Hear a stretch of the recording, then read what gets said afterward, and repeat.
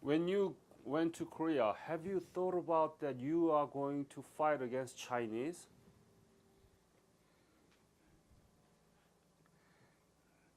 And I thought about it. Yes. So you knew that there were Chinese soldiers there. Knew it all. What? Chinese soldier. Oh, yes. I expected to meet Chinese soldiers. Yes. Mm-hmm. Of course, it was pretty common at that time. So at some point you were wounded. Yes. Where were you wounded? Well, 3 different places. Can you point? Legs. One through the neck. Through the neck. Right here. Went through here, come out over here. Oh. Were you able to breathe? Yes, I breathed. But now here's what happened. Some guy was bleeding profusely. And some GI, I don't know who he was, come along and put what we call at that time a mask and helped stop the bleeding. You know. Mm-hmm. In other words, you know these safety maps they all wear? Yeah. Well, that had wrapped around my neck, and that stopped the bleeding. The number of men that were lost on both sides was pathetic. Most of them, they don't give medical treatment. The Chinese don't give much. They let their own men die and just use a Band-Aid. Band-Aid. Yeah. So Band-Aid saves you the wounds out Yeah. of guns. Yeah. You're amazing. I'm really lucky. How Chinese soldiers in the prison camp treat you? I got treated a little bit better. Because you're an officer? Yeah. Hmm. They wanted to keep me alive.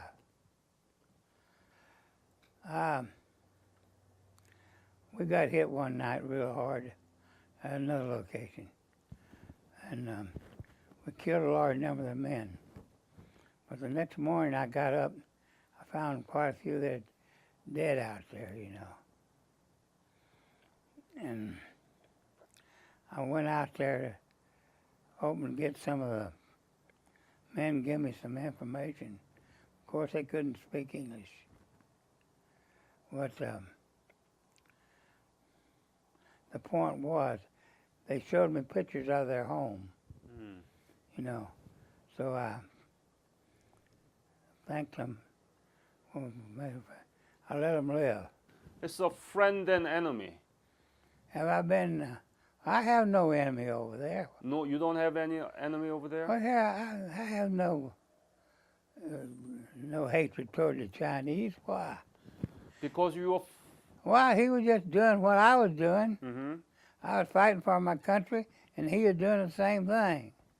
So would you shake hands with the Chinese soldier if it is arranged? Well, I don't know about that now. I try to treat him very nice, but I'll say this. I'm not going to go around shaking his hand now. Mm-hmm. But he was making a living like the rest of us doing. He wasn't overly mean. A few of them might have been, but even we had a few of them that were mean too. Have you been back to Korea?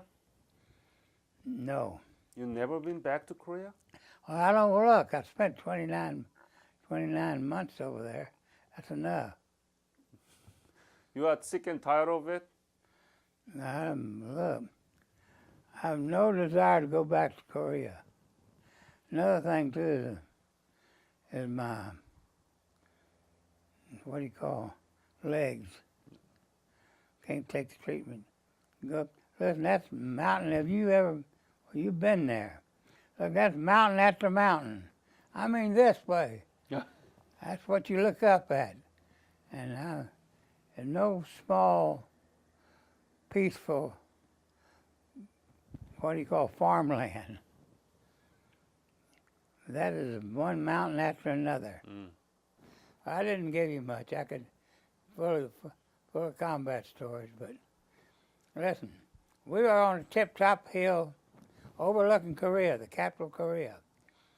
And every night there used to be a Chinese about a mile away, fire a bunch of rounds at us.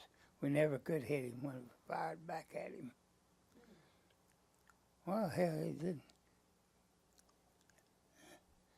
We never, and we used to missed him, you know. But he finally gave up hope, and we did too. Mm. And now the fall of 1951, when we decided to cut out that horseplay and then move north again, and hard nose-to-nose combat. A large number of men were lost on both sides. And it helped the peace process too.